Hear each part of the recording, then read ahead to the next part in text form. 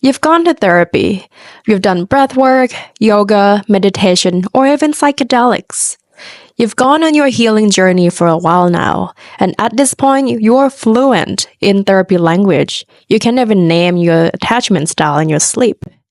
But for some reasons, you still keep running into the same unhealthy romantic relationship dynamics, where you feel like you're chasing unavailable love, walking on eggshells, or taken for granted. The truth is, there's nothing wrong with you, nor that there is no available good partner out there. But because there are some unconscious parts of you that are still running the show. And these parts are called shadows. Like what Carl Jung said, until we make the unconscious conscious, it'll rule our lives and we'll call it fate. So today, I want to name the top 3 common shadows for anxious attachment and the 3 medicine that will actually help shift this pattern from the root. Shadow number 1, the martyr. This is the I can fix him archetype. Deep down, you believe that if you keep giving, maybe one day they will realize how much I've given and they will choose me back. The truth is, they will never choose you, because in the process of you sacrificing, betraying your own needs, and giving, chasing the love, you're giving them the message that you're not that worthy. It's like giving a discount on yourself, like that food on the grocery store. By the end of the day, it has one discount sticker on top of the other, on top of the other, as in it's gonna expire tomorrow.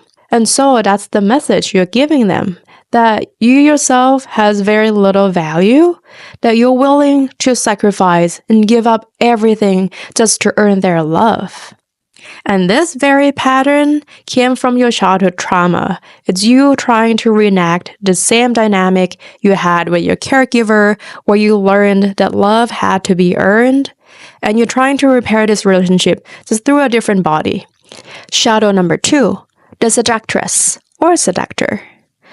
You know how to pull someone close. You've mastered the one-on-one intimate connection. You are deep, nurturing, and sensual. But here's one thing. Your partner is kind of your go-to person. You think of them first, and you go to them for everything. And you kind of struggle with maintaining a group of friends or asking for support from other people in your life. So your romantic partner becomes your emotional life raft. And when this person pulls away, or when there's a problem in your relationship, it feels like your whole world collapses. Shadow number 3, the shapeshifter, or chameleon. You're adaptable, you can read the room, you anticipate their needs, you can fit into their world so well they barely notice that you're bleeding. You've done this before, with your teachers, with your parents, and now your partner. And while on the outside you look chill and capable, on the inside you're burned out and resentful as fuck. You're afraid that if you stop performing, you'll be abandoned. Let's be clear, these aren't personality traits, they're coping strategies. But the good news is you can outgrow them. Here's how we start shifting the pattern. You ready? Not just conceptually, but somatically and energetically. 1. Practice validating yourself. You've spent your whole life chasing external validation because you don't trust your own voice. You don't feel deserving of respect unless someone else gives it to you first. So start here. Let people be upset with you and don't try to fix it. Let yourself be angry even if it terrifies you that person might walk away. Say no without over-explaining yourself. Be okay being misunderstood without jumping to defend yourself. This is how you reparent the part of you that learned love only comes when you are agreeable. You don't have to be more perfect. You just need to be more honest. 2. Start building a life that you can't wait to wake up to every day. You keep chasing unavailable love because it gives you something to obsess over. It distracts you from the quiet dissatisfaction in your life. The career you hate, the dream you postponed, the city or the country you want to leave but too scared to. You're addicted to the highs and lows of chasing someone because it's easier than chasing your own vision. But you don't need another person to choose you. You just need to choose you. Your path, your vision, your potential. And yeah, it's gonna take time. It might take years. But the universe doesn't open the door until you stop waiting at someone else's. 3. Diversify your support. You cannot make one person your emotional ecosystem. It's not fair for them, and it's not safe for you. Join a women's circle, or men's circle, or queer circle. Put yourself in rooms where people are healing with you, not because of you. And start small.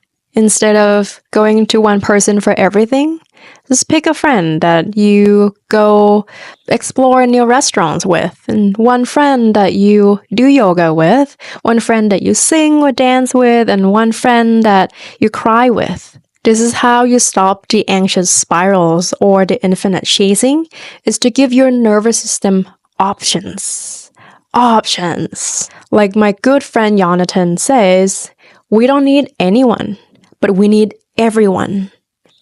Once we stop starving for love for one source, we realize that we are already surrounded by it. Let's stop calling anxious attachment too needy or too clingy. What if your desire to connect, your depth, your emotions were never a problem?